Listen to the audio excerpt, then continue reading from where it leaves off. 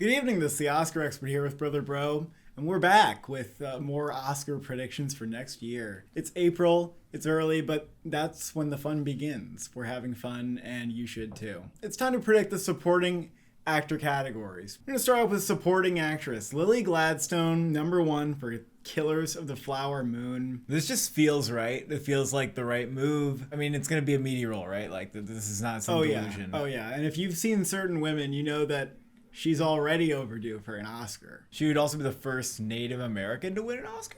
If she won, yeah, I think if she won, yeah. Most people have Michelle Williams for The Fabelmans, and this is going to happen. Like, this already happened. This has already been nominated. Michelle Williams has 5 Oscar nominations, starting with the announcement of her role in this movie. And that does put her in a good position to win. And we do have a first-time nominee at #1, though we do get a lot of first-time nominee winners, especially lately. I mean, we had 2 this year. Michelle Williams playing the mommy of the Steven Spielberg boy. It's a mother performance, and he's writing his own mother into the role. It's what Katrina Balfe did, but Michelle Williams, and there's no Judi Dench to get in her way. Yeah, and Michelle Williams is great, and Steven Spielberg's great, like, easy. Vanessa Kirby in The Sun. Vanessa Kirby is playing, I think, the new girlfriend of Hugh Jackman, which I'm sure will complicate things in this familial drama. She already broke open the gates. She's been nominated before, director of The Father. That means great performances are coming. That's what it means. Jessie Buckley in Women Talking. We likely have an entire ensemble of supporting actresses here, which includes Jessie Buckley, also Frances McDormand, Claire Foy, and Rooney Mara, but for some reason everybody feels like it's going to be Jessie Buckley right now. I guess she's like kind of the shiny new object here. You're comparing women to objects, huh? I'm telling Twitter on you. I got a lot to lose, man. Don't do this to me. Wow. Wow. It's my career. It's my wow life. But yeah, we don't actually know who's going to be the standout in this film. It could be Frances McDormand, but she doesn't want the nomination. We know that whatever she does, it's going to be above and beyond. It's going to be a deep performance. She goes deep in everything she does. And she's going to be in Men, which I am very excited about. Which will not be nominated for anything. That's an easier prediction to make than anything on this list. Whoopi Goldberg for Till. She is playing the grandma of Emmett Till, the mother of Mammy Till, played by Danielle Deadwyler, who we are predicting in lead actress. Whoopi Goldberg has not been in stuff lately. Correct. And she used to be an Academy favorite. I mean, she won an Oscar. This would be a fantastic comeback. Going from Oscar winner to being on The View, back to being an Oscar nominee. Strangely enough, though, I feel like I'm the only person who's even predicting this. I mean, even Variety, who seems gung-ho on Till, is not predicting her as supporting actress. And I don't know. I mean, it makes sense to me. That's all I can say. It makes sense to me. I feel a little weird that you don't have anyone from The Whale in the top 5. I feel like The Whale is going to get actor, supporting actress. #6 is pretty good. Like, if Hong Chow gets nominated for The Whale, you can brag a little bit that you had her at 6. You could predict Sadie Sink or Samantha Morton instead, but I think Hong Chow is going to be the likely bet here. Hong Chow did not get nominated for Downsizing and was kind of half expected to. She was weirdly close for a movie that was dismissed in every other category. Maybe this movie gets like the same kind of package as The Wrestler, lead actor and supporting actress. Could be that. Audra McDonald in Rustin.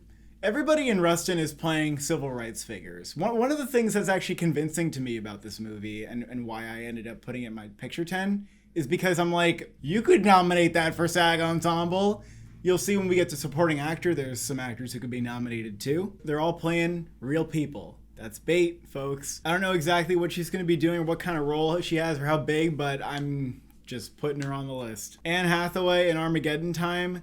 This is James Gray's newest film. It's probably going to have the same fate as other James Gray films, which will mean no nominations. But it is Focus Features' seeming biggest contender. Maybe they want another Belfast or something. And Anne Hathaway is in that same kind of Katrina Balfe, Michelle Williams role. She's the mother, and it's a biopic about the director's childhood. Zoe Kazan in She Said. I don't know if she's technically maybe like a co-lead with Carey Mulligan, or even if she has maybe more screen time, but my hunch is that she'd go to supporting because Carey Mulligan is the bigger, more Oscar-nominated performer, but really big role in this film, and could bring a whole new level of attention for Zoe Kazan, who has been great in films so far. Margot Robbie's in Canterbury Glass. Maybe she's lead, but they're probably not going to campaign her there because they don't want her to compete against Margot Robbie for Babylon. Christian Bale is probably the main lead, and so they could probably get away with it if they wanted to. I don't know much else about it. but my confidence is low because she's in another movie that will be certainly getting her in the conversation. Yeah, she was already in 2 movies where she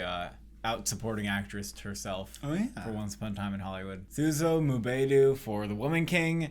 I guess we're just being consistent in that we don't have The Woman King in like top 10 yet, but we're definitely looking out for it as a potential contender. She rocked the fucking house in Underground Railroad. Like, I have no doubts that she's going to be amazing in this film. I'm pretty sure she has the second biggest role behind Viola Davis, or she's like the protagonist of the movie. She's like the trainee, and Viola Davis is like the master. That's how this is working. Oh, that's pretty promising though. It's Sounds almost like a lead though. Yeah, but they would do the category fraud thing, I think. Maybe Sheila Atim gets nominated too. That's also possible. Stephanie Sue in Everything Everywhere All at Once. Assuming that this movie gets acting nominations and is a Best Picture director and screenplay contender and possibly a screenplay winner, I'm just saying. I think there will be hype for Stephanie Sue.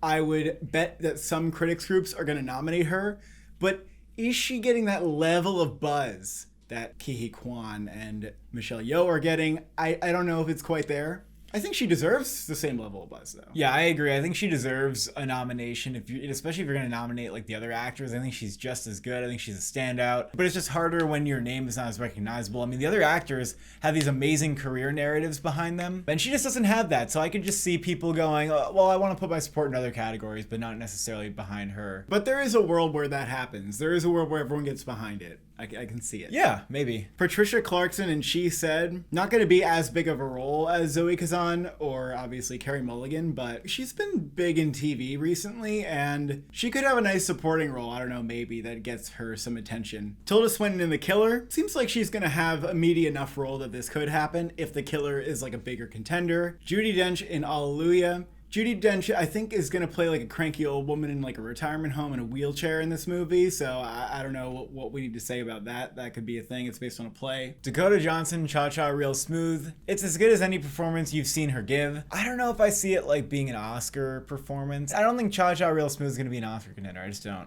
It does have a 4.0 on Letterboxd, though, which is Whatever. like, it's the rom-com of the year, okay? That's it. Well, Bros might be the rom-com of the year. Okay. Other than that, yeah. Kaimana, Next Goal Wins. If they're going to nominate anybody from, like, the soccer team in this movie, which could happen, it would probably be her. She's playing the first transgender woman to ever play in the Men's World Cup, so maybe they'll give some special attention to that character since it's an interesting story. And then Greta Gerwig for White Noise. Nah. Yeah, we are talking about like a Noah Baumbach film. She's going to be great in it. I feel like Greta Gerwig has really established herself so much lately as a writer-director that I don't know how much we're going to go back into her being like an actor at this point. I don't know. All right, supporting actor, I guess I don't hate this. Like, I agree. I don't really know who I'd put at number 1. Like, there's not any other performance that stands out tall above the rest. Because you have a lot of big names on here, but I don't think they give, like, big names supporting actor wins, you know? Unless it's, like, Brad Pitt in Once Upon a Time in Hollywood. Like, but that's because he's, like, overdue and everything. Well, Daniel Kaluuya was already nominated. I mean... Yeah, but that made more sense. They will give it to newcomers, though. But these are, like, these are actors that have been in the game for a long time. Ke Huy Quan in Everything Everywhere All at Once has an immense amount of buzz. I'm definitely not confident that he's winning or anything. I just didn't know who else to put. I didn't want to say that like Brad Pitt's gonna win just cause or Robert De Niro's gonna win just cause. But I could see a world where people don't really know what to do, and then, you know, a lot of critics groups just start giving him awards. Yeah, he has a really strong narrative going for him because he disappeared from film because he couldn't find roles after his childhood that were for Asian people, and that is the reason why he stopped acting. And his character is just really memorable in the film. He plays the really sweet husband, and he is the heart of the film. So yeah, I'm seeing a lot of people say that his scenes made me cry. And that's exactly what they said about Troy Kotsur last year. Yeah, I'm confident that if Everything Everywhere Else Once gets in, which I do think it will, then he will also come along with it. I think that's pretty easy to say. Yeah, everyone I talk to is like, oh, but Ke Huy Quan was amazing, right? Everybody. Brad Pitt for Babylon. I mean, if Babylon's in, like, this is pretty certain. I think he's going to have a big Beatty role. If he didn't already win an Oscar, I mean, maybe this would be it for him. Or who knows, maybe he can like Christoph Waltz or Mahershala Ali and win very closely together. He's playing like a 20s Hollywood star. It makes a lot of sense to put Brad Pitt in that role. The character I feel like is going to be kind of cocky and funny, which is what he does best. Robert De Niro, Killers of the Flower Moon. Is he definitely the most supporting?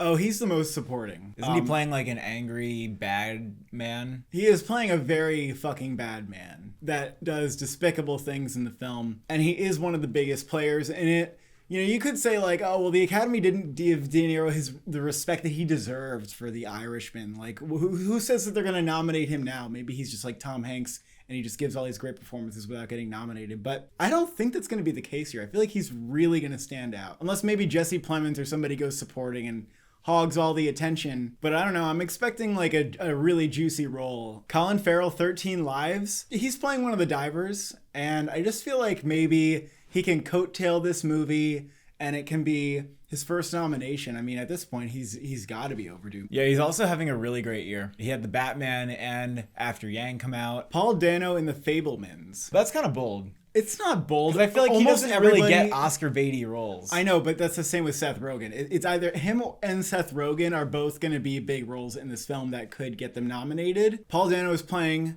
the character's father, and Seth Rogen is playing his uncle. It's interesting seeing Paul Dano as like a fatherly character. I don't know, maybe he'll be like a cold and distant 60s father or something. Or maybe he'll be very warm and it'll be a different kind of role for him. Paul Dano's also pretty overdue. Like, he needs a nomination, I think, at some point, and this could be it for him. Or maybe the supporting actor performances with Seth Rogen and Paul Dano, maybe there's just not room for either of them. And it's like West Side Story, where there's a lot of performances, but only one of them gets the attention. And I mean, Michelle Williams would be the one that's going to happen. Yeah, I don't feel like super confident about that. Glenn Turman in Rustin. You know, there's a lot of cast members in Rustin that we could talk about. I mean, Chris Rock is the other big supporting male role that comes to mind. And Glenn Turman was great in Ma Rainey's Black Bottom, and reuniting with the same director. If it's a big role, he could get in. And then Seth Rogen for The Fabelmans, who we kind of already talked about. I remember with Steve Jobs, it was like, oh, Seth Rogen could get nominated, and then it just doesn't happen. I feel like that might be the same kind of thing. Yeah, I think at best, like, he works well, like, he fits into the role. I don't see it becoming an Oscar nomination thing. I do think that this is going to be like his most serious role yet, though. And I think it'll be interesting for him. I just think it's really hard for him to get nominated for playing outside of his box. Like, unless he goes really far. Anthony Hopkins in Armageddon Time, he's playing the grandpa, the Kieran Hines role in Belfast, as we like to say. He's gotten a couple nominations recently, obviously, and one of them was a win, so he's definitely still hip with the Academy, I would say. Russell Crowe in The Greatest Beer Run Ever. If this movie's a big contender, this is going to happen. This is a Peter Farrelly film, director of Green Book. I think it's going to be a meaty supporting role. That's all I can say. Yeah, I think someone's going to get buzz for this film, and it will probably be in supporting actor, but it really is going to depend on whether the film overall is a contender. Colin Firth, Empire of Light. I do not know what Colin Firth is doing in this movie.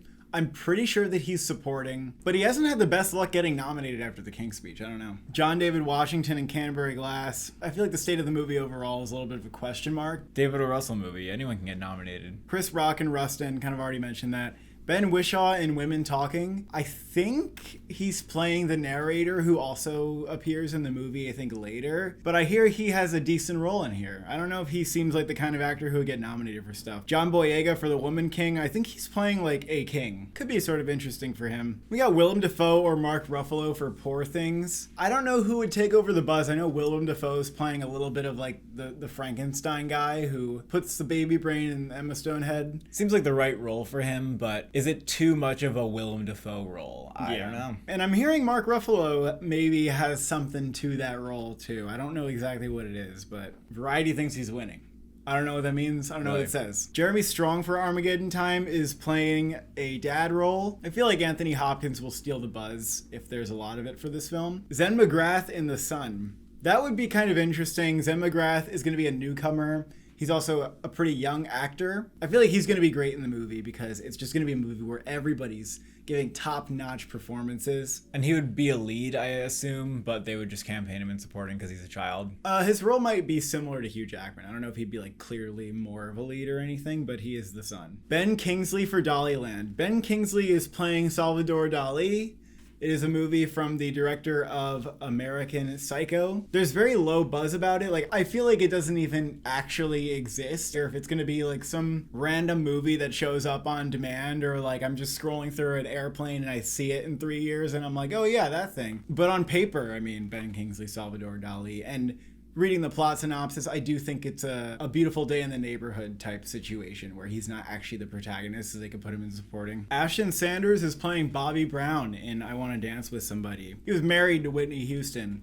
This could actually be a really meaty role. But if there's anything that recent biopics have sort of shown, it's that the lead actor gets nominated, gets hype, and then nobody else does. Andre Braugher for She Said, maybe, I don't know. Not sure. Brian Tyree Henry is on the radar for Red, White, and Water. I think he'll get nominated someday, as long as he tiptoes away from Marvel. You know, could this be it? I don't know. We don't know. Anthony Hopkins in The Sun, I don't think is happening. I think his role is very small. And those are our supporting actor and actress predictions. Thank you for watching. Thank you for subscribing. Are you a supportive person?